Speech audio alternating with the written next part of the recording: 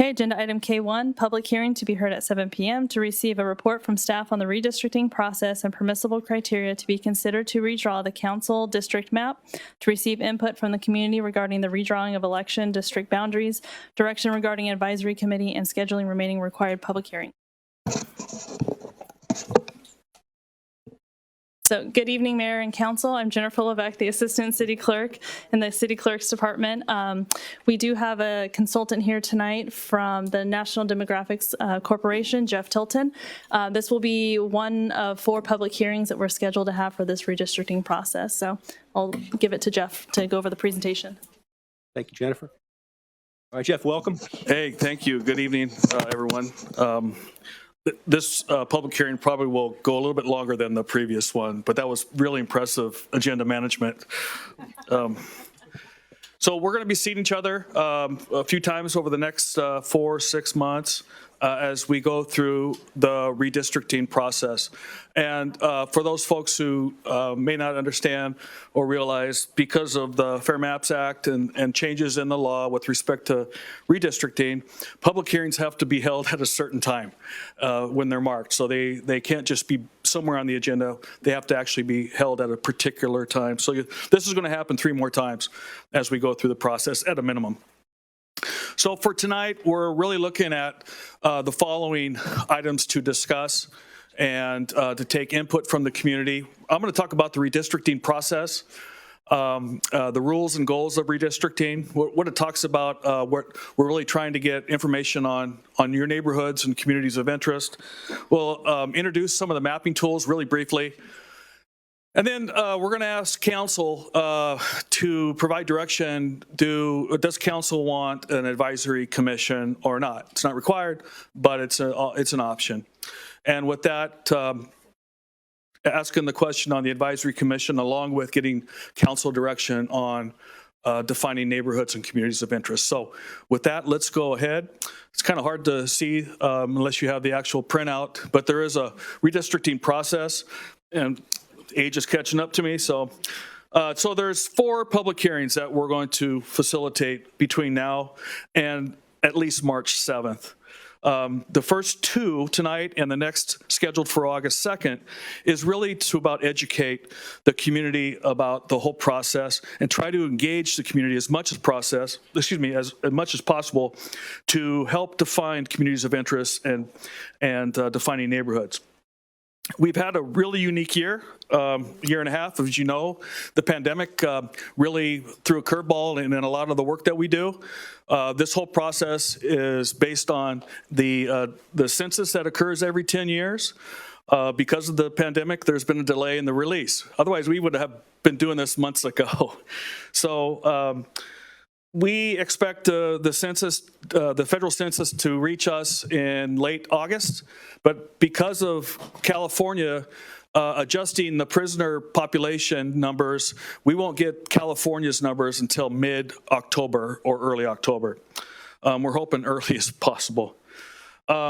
With working with the great staff here in the city manager's office and the city clerk's office, we've scheduled an initial workshop to, again, gather information on communities of interest, which I'll talk about, and to also talk about mapping tools and tutor folks on how to use the mapping tools so they can get involved and actually submit maps.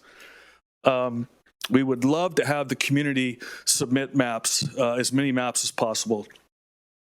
And then with that, we'll come back in February with draft maps to present to council. And from that meeting, we hope to gather input, additional input from data that has been submitted. The draft maps have been submitted. And we're going to ask council to narrow down 2 or 3 draft maps to take back for a March 7th hearing. Of those 2 or 3, council might ask for some adaptations. to bring back to that March 7th meeting. And we're looking hopefully for adoption on March 7th. So that's essentially the calendar that we're looking at. But I want you to, there's a little caveat with that. We'll come up to it later. So there's redistricting rules and goals that we must follow. First, we must follow the federal law. Each of the districts must be an equal population. Now, I'll say that there can be some variation, but a slight variation. We have to follow the Federal Voting Rights Act, and there could be no racial gerrymandering. With the new law, we must follow criteria for California cities, and they're listed here and in order. We must have districts that are geographically contiguous. Neighborhoods cannot be divided. We need to have communities of interest that we'll talk about in a second. There needs to be easily identifiable boundaries, and the districts must be compact. One thing that is really prohibited, it shall not favor or discriminate against a political party. Now, if you go through these particular 4 items in order, if you're able to do that and you want to apply some other traditional redistricting principles, you can apply those principles on the far right. So what we're going to look at over the next few months is, what is your neighborhood? We're asking the community, help us define what is your neighborhood. What are its geographical boundaries? Things like rivers, highways, main thoroughfares. You could use attendance zones, places around parks, major landmarks. And so we need to gather that information. And in the absence of any public testimony, we will take written information as well. So again, what defines your community? Could be a geographic, and they may have shared social or economic interests. Could be an area in the city that is predominantly where renters might live, or single-family homes, etc. And then the question that we are going to ask is, would this community benefit from being included within a single district for the purposes of its effective and fair representation, or would you want to have multiple representation? Living formerly in a 55-plus retirement community, it would probably have been best, where I used to live, to have multiple representation instead of a single representation. So again, with respect to definitions of communities of interest, they may not include relationships with political parties, incumbents, or political candidates. So you can look at possible, I just threw something on this PowerPoint as possible neighborhoods, communities, that you can use your general plan as a starting point. Folks might want to use that as perhaps a starting point. Now I'm going to talk a little bit about the mapping tools that residents in the city of Merced will have access to. And each of the tools are for different purposes, and each of them have a different technical skill or interest for them. And again, we're going to have a workshop in January at the least minimum to allow folks to get some tutoring on how to submit these things. Now, they don't have to use a tool. They could submit a map on a napkin, take a picture of it, send it to us. We'll come up with a draft map that represents their ideas. It's really that simple. So an online interactive review map is where folks will be able to go on a specific website linked to the city or the city's website, and they'll be able to see the various draft maps that have been submitted. And they can look at it and do overlays, drill down to census blocks, etc. So they can compare and contrast the various maps that have been submitted. This is not a tool that residents would use. It's just a review tool that is available. Then there's the public participation kit. It's basically a piece of paper where folks can color in their specific district. And inside are the counts in the particular census blocks. And they can count up, if they want to do that, to try to get equal representation in each of the districts. Or if they like to use Excel, they can just tag those census block areas, have a specific number on them. They can take that number and move it into a particular district. All the calculations will automatically work for them. And then there's District R, which is also included. This is a nice nice tool that's an online tool that folks can basically use like a paintbrush and color in neighborhoods that they believe might represent a community of interest or a neighborhood. Unfortunately, it's in English only. And there's a couple of sample websites that are comparable to that. And then there's Caliper's Maptitude Online, which it requires a little bit of skill, but it's not something that will scare folks away. A little bit of tutoring, and then they'll be on their way, and they can just submit maps that way. And it's available in those particular languages as well. So we're also coming up with the question tonight, do we have an advisory commission for the city council? Some of the benefits you'll find with an advisory commission is greater objectivity without self-interest. The commissioners that you appoint would reach out to their networks to attempt to build capacity and participating in this process. It could be a less intimidating atmosphere where there might be more open discussion. As we know that there are folks who are intimidated by coming to a city council meeting and perhaps speaking in front of you. It's real. The commission, instead of the council, identifies the communities of interest, clearly by taking input from those who are participating. The commission, therefore, before it comes back to you on the third of the 4 public hearings, narrows down the focus to 2 or 3 maps for you, instead of taking the time during a council meeting to do that. Now, the advisory commission, I have to share this, the advisory commission could bring 2 or 3 maps to you, but you're not obligated to select their map. You can still select a map on your own.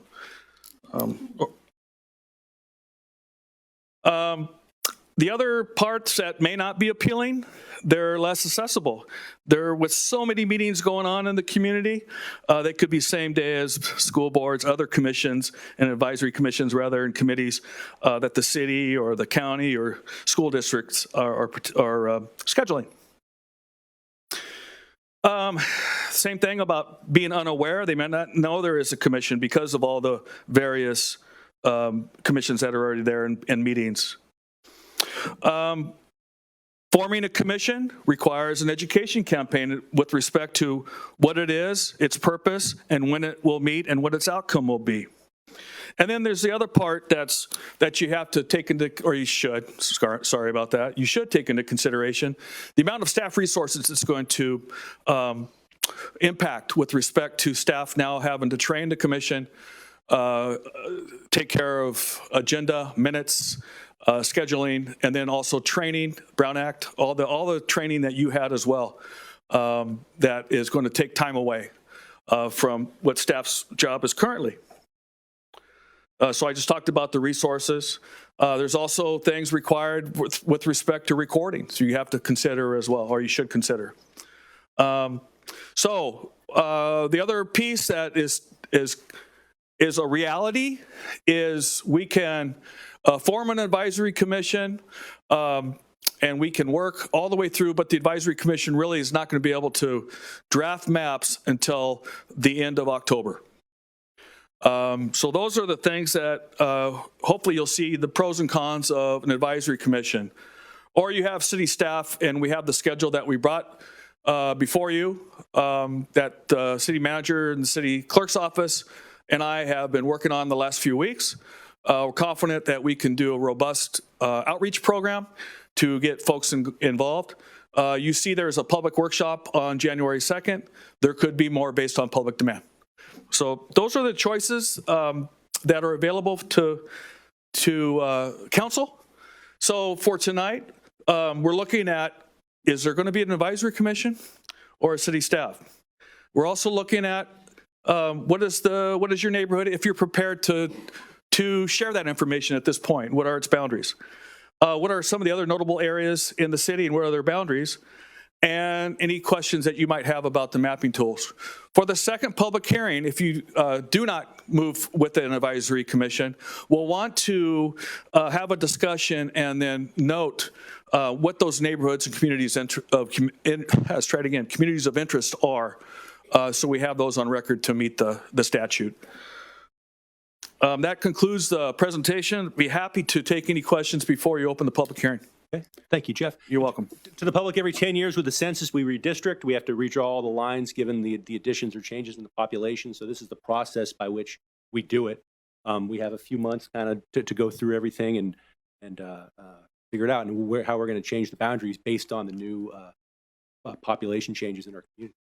Like initial discussion or in particular questions for Jeff, I guess start down with Kevin. Anything you have at this point? Any initial questions before we open the public hearing? Councilmember Shelton, anything from you? I do, but I'll reserve general comments until after you close the public hearing, Mr. Mayor. Any initial discussion or questions? I do. I have a question about the mapping tools. Is it only going to be available in English? Can we make it available in Spanish, Hmong, so we can get good participation?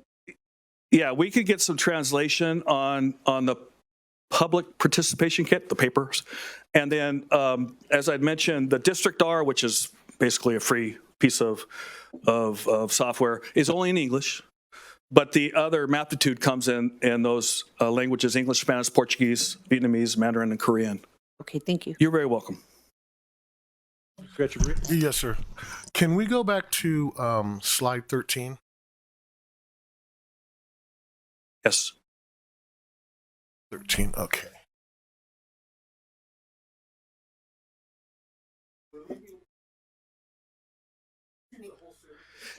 It's just an example. It's not Merced. Yeah. I should have noted that. None of these are Merced. We have preliminary data. It's estimated data of what the census numbers are going to be, but it's estimated. So we're really careful with broadcasting that, and then folks thinking, well, this is the data. Now I can get to work. So it's kind of a catch-22. Anything else, Fran? No, that's all. Councilmember Ellis, any initial comment or questions? I'm going to wait till after public comment.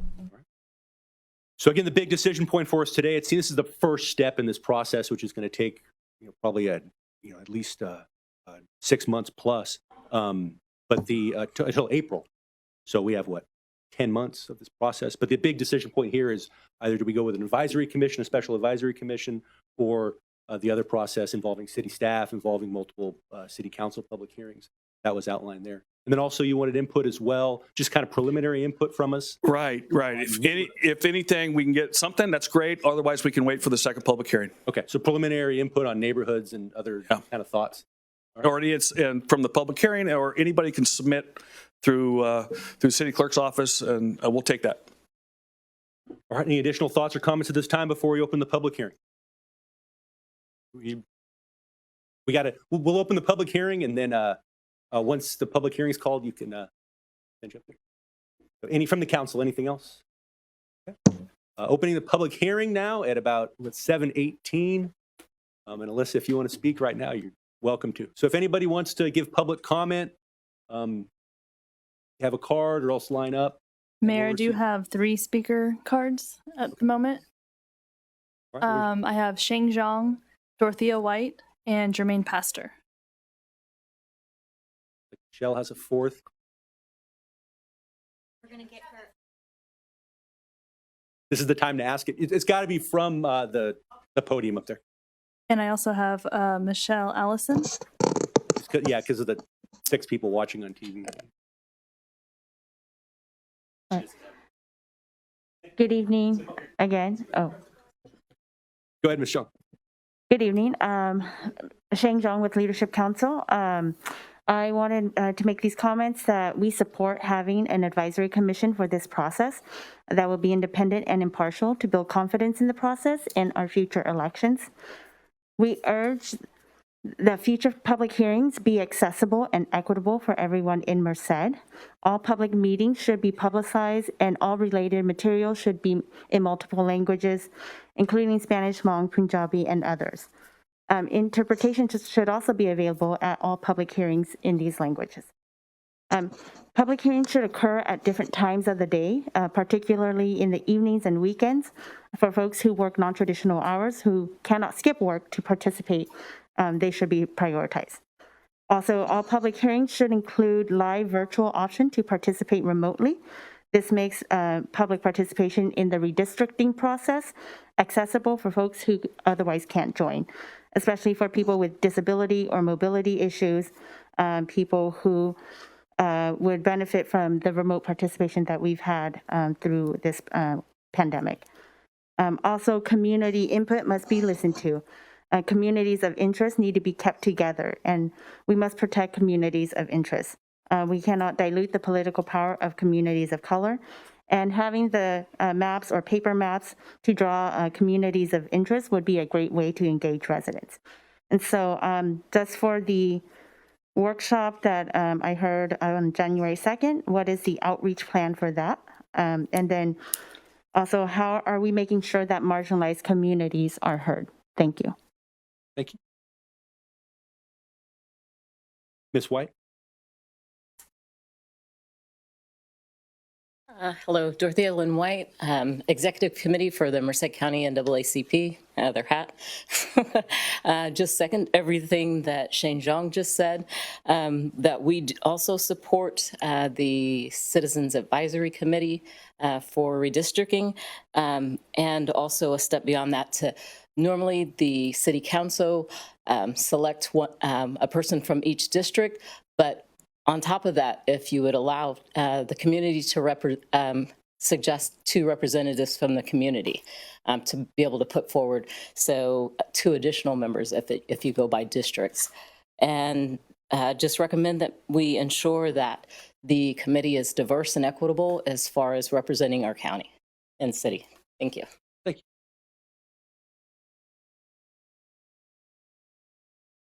you. Coach Pastor. Hello, Mayor and Council. Good to see you guys. Good to see that you guys are in good health. And I kind of second everyone who came up here before me. I think it's important to have this committee in the seeking direction. Hope to get a little bit more information on exactly the responsibilities of that. And I know you spoke to that earlier, Mr. Mayor. I think it's important to get a second, third, fourth set of eyes on things moving forward as far as the neighborhoods and getting there and connecting with the with the people of the neighborhoods to get a good feel on what is needed so we can better kind of assess that. With being a coach, it's always important to know what things we're setting in place moving forward for our youth that's going to help them.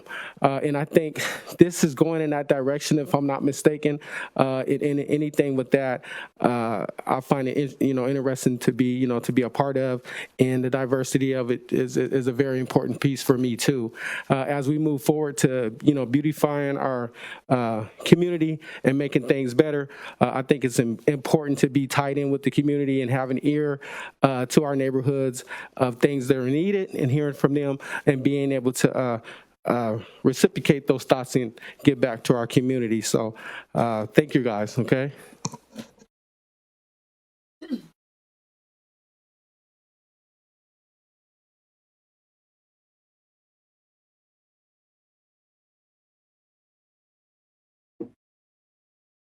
Good evening, Mayor and City Council members. My name is Michelle Allison, P.O. Box 544, Atwater, California.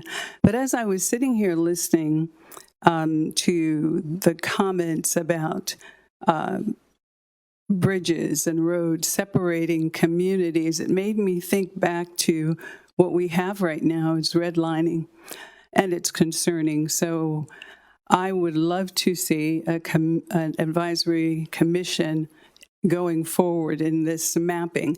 And it's unfortunate we have North-South Merced, and that is exactly what redlining does. It's bridges, it's water, it's other things that separate, but finding ways that we can get rid of redlining and be able to have the same kinds of banks, grocery stores, laundromats, on the south side of Merced, or get rid of North and South Merced and just have Merced County. Thank you.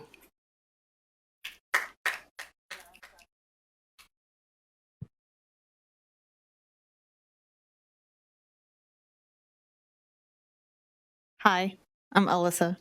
I just had a question I didn't understand. Advisory commission, I'm guessing it's for the public. It's going to be made by the public. Is it going to be run by the public? Are we going to rely solely on the public to make the choices? Or is it going to be a combination of like with the city council at all? I mean, or is it going to be door to door kind of thing? I don't understand what the advisory commission is going to be and how are we going to rely on it? Because if you rely on just the community dealing with themselves, what's going to propel it? Is there going to be like one person in charge of everything? It sounds more complicated than does it have to be one or the other? Can it be both, a combination? I'm just confused about what it is. I think, Jeff can probably give us in better detail, just given his experience from other communities, but both of them are a blend in a lot of ways. I mean, there's no, at the end of the day, it's going to be the decision of this body, this elected city council, as to how we're going to draw the. Yeah, because I say, like, I live in an apartment complex and say, like, oh, I want to be the head of that, and I'm going to go door to door, and I'm going to get everybody's opinion on it. Would that be like I would be the representative and I would come? Is that, I guess that's what I'm asking. It's like. Yeah. Jeff, you want to come up? Public hearing's still open, but if you want to come up and just address some of those issues real quick. Good. As to what. That's just my question. Yeah, he's the expert right here. So how you've seen it done in other communities? What are the possibilities? What are the options? They're all viable. All the statements that were made were all excellent statements. And thanks for asking that question earlier, because it just told me I didn't do a very good job. Advisory commission is part of the new law now, and there are basically 3 types of commissions that can be formed to assist a governing body with respect to redistricting. There's the independent commission, there's the advisory commission, and then there's a hybrid. An independent commission is it's a really robust commission, generally started with the registrar of voters, and then there's a whole process of selecting candidates and all this. It really runs like its own governing body, and then it brings back to council maps that it basically has selected on your behalf. You have really no choice on what the independent redistricting commission provides for you. An advisory commission is probably more of the popular type of commission with respect to governing bodies. When I talk about governing bodies, I'm talking mostly cities and counties. I am talking only cities and counties, because school districts, special districts like water districts and fire districts, et cetera, they don't have to use a commission at all. Their rules are a heck of a lot different. Advisory commissions are generally appointments from council. And the makeup of an advisory commission is purely how the council wants to make up an advisory commission. You could have 1, 2, 3 from each district. You could have, like one of the speakers had mentioned, public appointments or at-large appointments, or it's really up to council how council wants to set up an advisory commission. So I hope that I'm answering that question.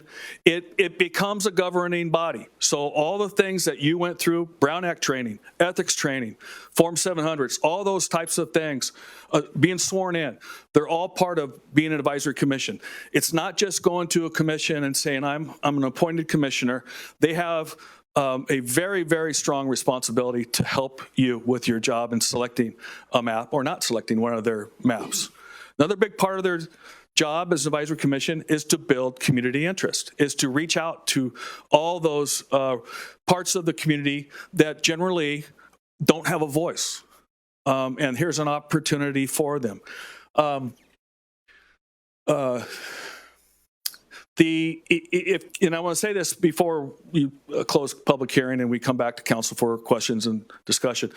If council would like to go forward with the advisory commission, we should table the schedule that I shared with you, because it's going to take about 4 to 6 weeks to form that advisory commission through applications, through appointments, and then through the formation. So we talk about who runs the advisory commission, then a chair would be selected, then a vice chair would be selected. All those processes would have to be put into place. We have time, we can do that. We probably should suspend what I showed you with respect to the schedule and allow the advisory commission to come up with the schedule that would best work.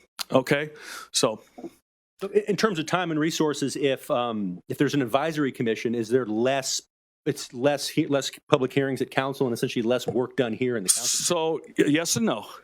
With the new laws, an advisory commission can hold what are called a minimum of 2 pre-draft map hearings. Okay, so there's a minimum total of 4. Council has to hear post-map. They have to have 2 post-map hearings. So I like to call them by numbers. So tonight is public hearing number 1, pre-map. And then there's additional pre-map hearings that the advisory commission could facilitate. But eventually when it comes to a draft map or maps, that has to be heard by council. So that's public hearing number 3. And then, like I said, hopefully you'll narrow it down based on, if you go with an advisory commission, based on the advisory commission's recommendation. That 4th public hearing is another post-draft map public hearing, would be adoption. We hope that's the way it goes. It's set up that way. Now, with an advisory commission, basically they would hold, like I said, 1 pre-draft map hearing. Staff could hold a pre-map draft hearing. The law says that the law says the public hearings, the minimum of 4, you can have more, have to be held, at least one of them has to be held after 6 p.m. or on a Saturday or Sunday. You've already met that particular criterion requirement here tonight. So I'm giving you a really long answer, but there's really no maximum number of public hearings that could be facilitated for this process. There just has to be 4, and council has to take the 3rd and 4th. Is there any difference in terms of cost? Does one cost more than the other? It would it really depends on how many advisory commission meetings you have. Excuse me, not you, that are held, and how many advisory commission workshops are being facilitated. So every time there's a meeting or a workshop, I know that National Demographics Corporation is going to charge the city, but then you have to look at the other cost of city staffing these particular meetings and workshops.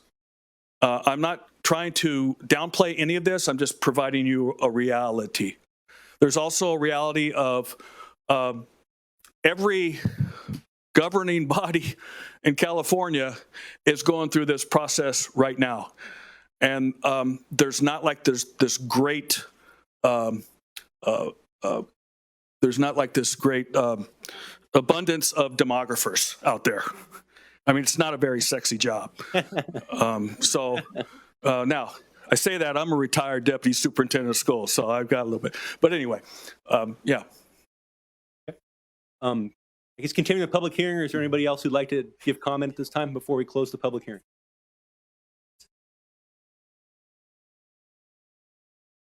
All right, last chance. Closing the public hearing at 7:32. Did you want to say something, Michelle? Okay. Please come. Not closed yet. Got to hurry though.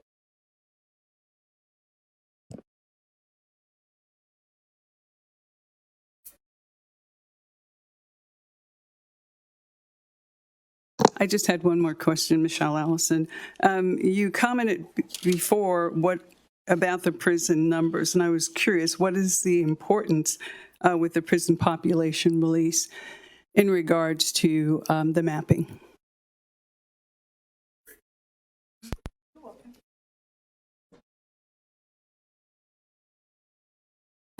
So the state of California decided to reallocate where state prisoners were at their last address while they're in prison. So it only impacts those inmates in state prisons. So you could have Merced residences in a state prison, and those numbers would come back with respect to the census numbers, which impacts the equal population in each district type thing. So thank you for that question. So instead of being all, and where people are actually currently in prison, they're counted in the. Yeah, so Folsom now, maybe their numbers are going to shrink because all those that were in different cities before are now going back to their cities. Not literally, but Yeah. Statistically, yeah. Is that new? Yes. Does that include, inmates that are, registered as transients or homeless, or? It's going to go back to their last address. So, yeah. That's a big part of the delay because they have to get the database to point these folks to where they were previously. So. It's like another public comment.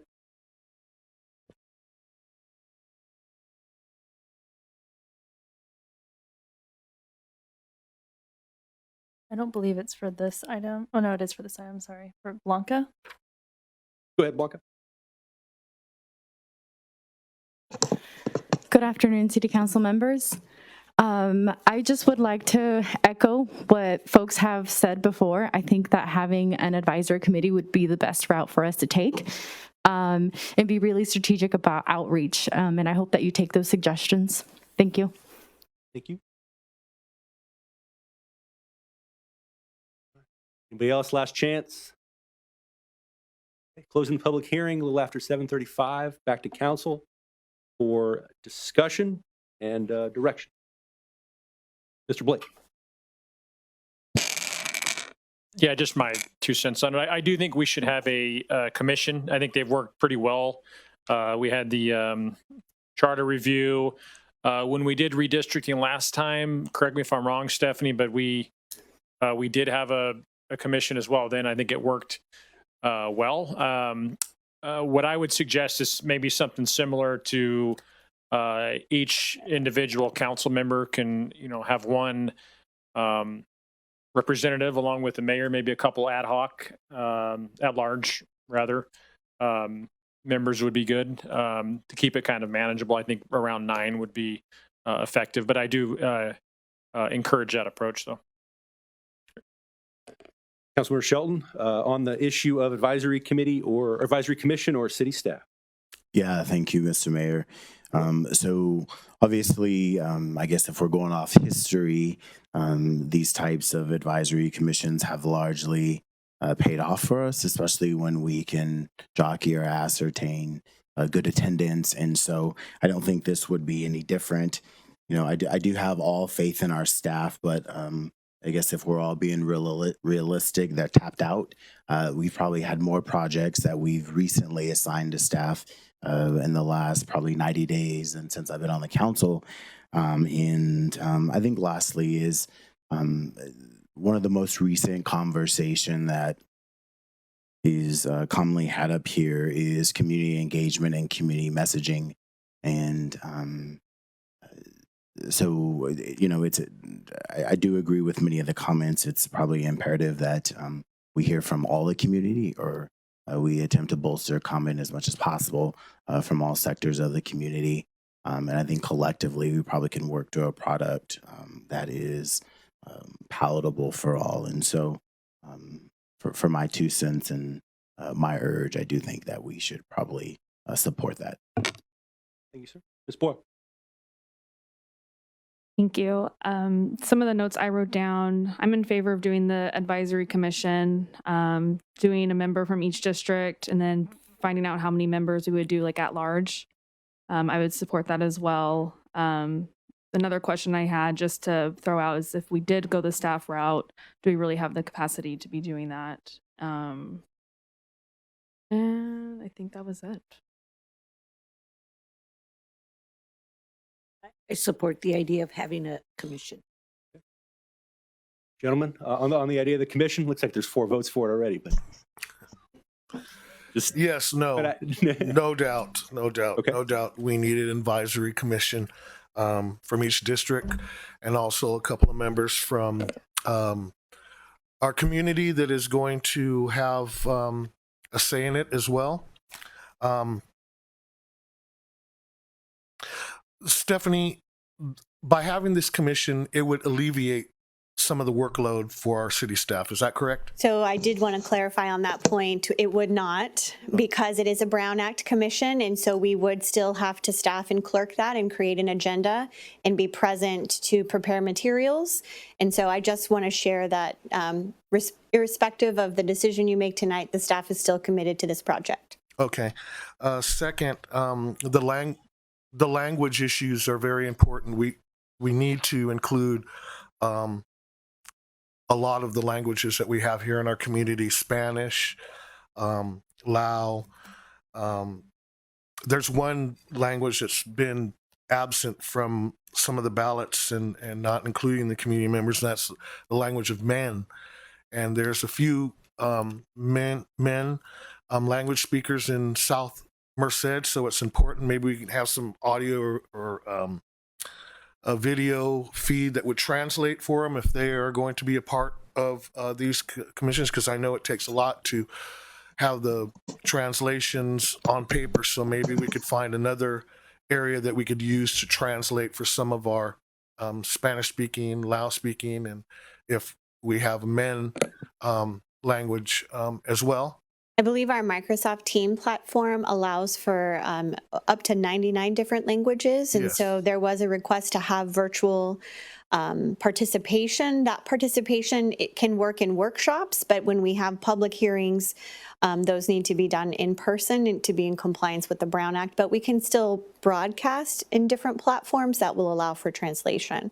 Okay. So we'll explore that opportunity to see what will work best for a multitude of languages. Okay, that's very, very important. Actually, it's crucial. Another point that had been brought up was redlining a lot of our districts. And as you know, the old saying, oh, he lives on the other side of the tracks.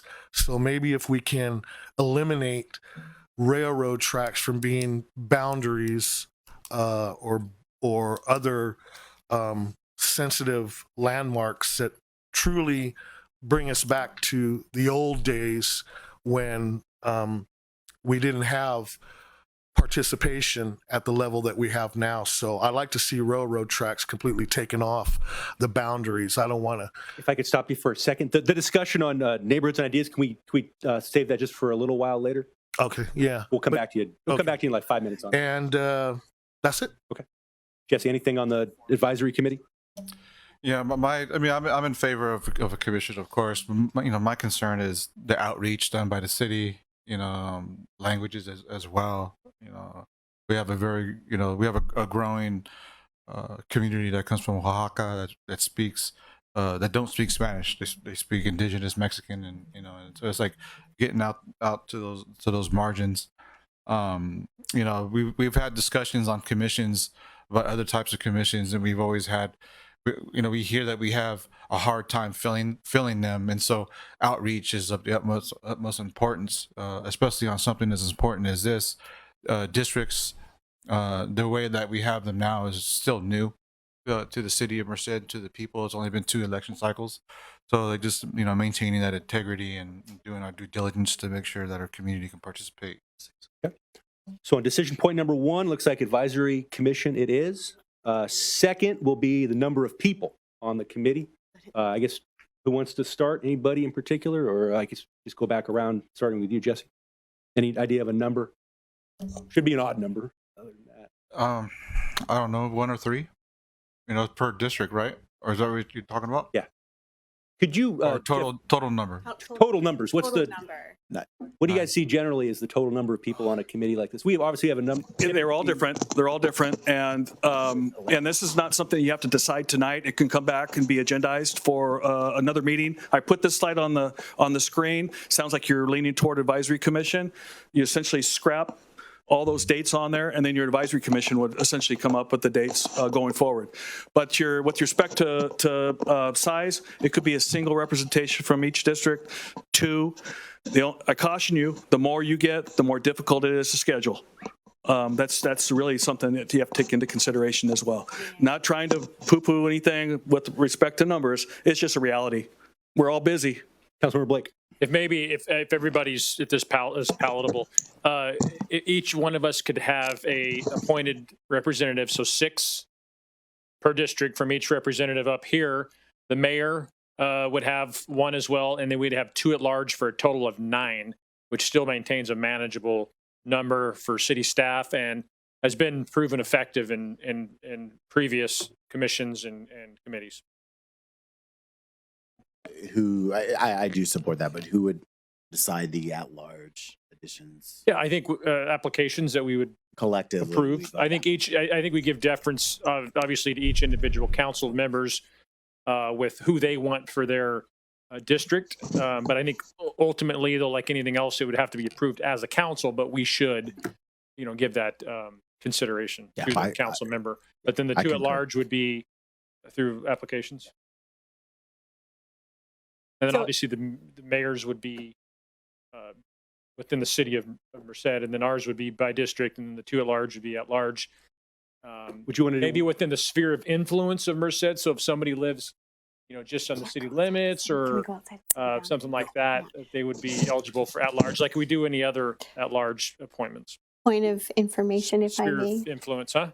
Any member of the body who makes a recommendation to you has to be a resident of your city. Okay. So you could have ad hoc that's outside, like we do with some of our Ad hoc, other. at large, yeah. Or I would be fine with 1 ad hoc and 1 at large. yeah, ex officio, like we do with Arts Commission. And so if you wanted to appoint, So but the they ad hoc would be able to just be within the sphere of influence of the city. but they would not have a vote. But So they I would want to be clarify part of the that. conversation. And They can add to the conversation. They can't make motions or That means that participate. it'd be a split vote, perhaps. right, let's just do, well, okay. No, There'd you're be right. So I would say, 7. It'd be 7. 9, I would say the original with minus the ad hoc, it would have to be somebody within the city then. So 2 at large and 7, 6, 1 per district, the mayor gets 1, and then 2 at large. For a total. And one more thing to keep in mind. That's why we want to agendize this, so you Really have a really confusing things here. Come a on. solid understanding of it. They can't be relatives. They can't work for city staff, and they cannot have worked for you on your campaign. So there's some criteria that must be met in that respect too. So. Well, that just canceled out everybody. Everybody helped for it. Nobody worked on your campaign. I guess my kids can't. So yeah, at least somewhere in 7 to 9, I think is usually the sweet spot. People 9, good number. What if we do one each, obviously, and then I'll select 1, and we do 1 additional from either District 1, 2, and 3, and then 1 additional from 4, 5, and 6. Does that make sense? So the remaining 2, that'll make it a little easier. Split it that way. Unless anybody's got a better idea. And then I would just say, I think that's great. And I would certainly another consideration. Is there a time frame? Do we need to get moving as far as the application process to have the clerks get that out there? Yes, so we've already begun revamping our outreach and engagement based on our last council meeting for applicants. So we would elicit those applications quickly, bring back that appointment at your next council meeting pending the availability of qualified applicants. Or we can bring back to you everything you synthesize here at one more time before we go out. But based on the timeline, I think we need to move. We're done. I mean, I think everybody seems to be reasonably within agreement. So may I repeat just so we have understanding? Sure. 1 per district, 1 at large, 1 from districts 2, 1, 2, 3, and 4, 5, 6. So we'll go that way and bring back applicants in that regard, and we'll launch that outreach and engagement to gain applicants, and we'll make sure that the application website outlines the criteria that's provided by our consultant. Is it feasible to come back in a month? Second meeting? I would prefer we come back with applications as we have them, because the sooner we get that done, the sooner we can reframe this timeline, update the consultant's contract, and get kicked off. When do you want to come back for us to make the selections during council meeting? If I have applications, we'll come back at the next meeting. If we don't, we'll update you in the CI on the number of applicants we have. Okay, so you'll agendize it. Yes, based on the availability of applicants. Thank you. Mr. Schell? Yeah, thank you, Mayor. So, hey, Steph, I just want to confirm that if you have 5 applicants next week that put in, you'll bring those back, and there's an expectation for us to identify out of those 5? Yes. What would you like to do? Would you like to have them all at one time? I would. Okay. This is my own preference. Obviously, my colleagues will have some say-so, But I think considering the importance of it, I do think a month would probably be sufficient, even Okay. maybe a few weeks, and collectively bring all those back and present them. And then we could have that discussion as a larger group. Why don't we bring an updated item letting you know how applications are coming in so you stay abreast of that pool? We often end up at the point of 30 days where we're still missing applicants from specific districts, and I'd hate to have 30 days go by without being able to fill those seats. What if we just go, make sense, just first meeting in August to select? 6 weeks out? What'd you the- say for the timeline? So, I mean, the timeline's on your screen Well, we're now. generally scrapping that with the advisory committee. I mean, to have the Right. formation. So we would have to come back for another education public hearing, which could be done by the commission. Yeah, we would have with commission. We wouldn't Yeah. see you again until the third public hearing. Yeah, we wouldn't see you until the third public hearing, but you'd have to appoint that commission for us to get kicked off. Is there So- a way, I'm sorry. It's okay. No. Is there a way just to be, I mean, as the council, I don't see a problem with this. It doesn't seem like a Brown Act issue, but just to notify us as applications as we go? Because oftentimes if we're struggling with applications, in some commissions we do, some we don't, you know, if we get down to last week, it's not hard for any of us to call somebody who we know in our district and say, hey, can you help out? Can you occupy a position? Absolutely. So we can update It would you be nice to weekly. get them as we go so that we're not last minute like, you know, day before. I was actually suggesting that I come every 2 weeks with an update until we get to that final Okay. meeting. Or, I mean, or even if you guys just send them to us as we go, either that's fine though. Keeping the community engagement piece going, the public discussion is helpful for us. So we can do both. Mhm. Are we now talking 6 weeks instead of 4? Yeah, looking at this timeline, initially, then the next public hearing is supposed to be August 2nd. To me, it makes more sense just to come back on one date when we make the selections. We have everybody in front of us, all the names, we can discuss it Okay. instead of kind of piecemealing it. First meeting in August? First meeting in August would work, and we're looking here, I mean, the schedule for the public workshops is not till January, so we got a little bit of time. We do, because the data isn't released yet. But So we do August- need to be mindful of that too. We you wanna can't get time it, ahead right? of You that want to select a data. committee and then say, committee, go do your work in 2 months, 3 months. You want to get the committee rolling already, but Well, we have a lot of training to do with them before they have their data. We have to do Brown Act training. We have to do conflict of interest training. So we're going to have some meetings that aren't as robust in work, but more ministerial in nature. is August 2nd for the selection of the committee? Yeah, I think it's good. I think it gives us a solid 30 days. I think it gives some staff some lead-in time to be able to equip these people to be successful, and I think it'll keep us on track. And so, if we can't come up with anyone in 30 days, we have another issue, right? So, I think we all got to pitch in and beat streets to get people to apply. Okay, perfect. All right, selection on August 2nd. Yes, something. And the last piece you were requesting was just thoughts or kind of general initial ideas from us about neighborhoods. Let your advisory commission take care of that. Okay. Yeah, that's their job. Huh? All right. Thank you. We'll see you in February. Yes, sir. Thank you, Jeff. Appreciate the work.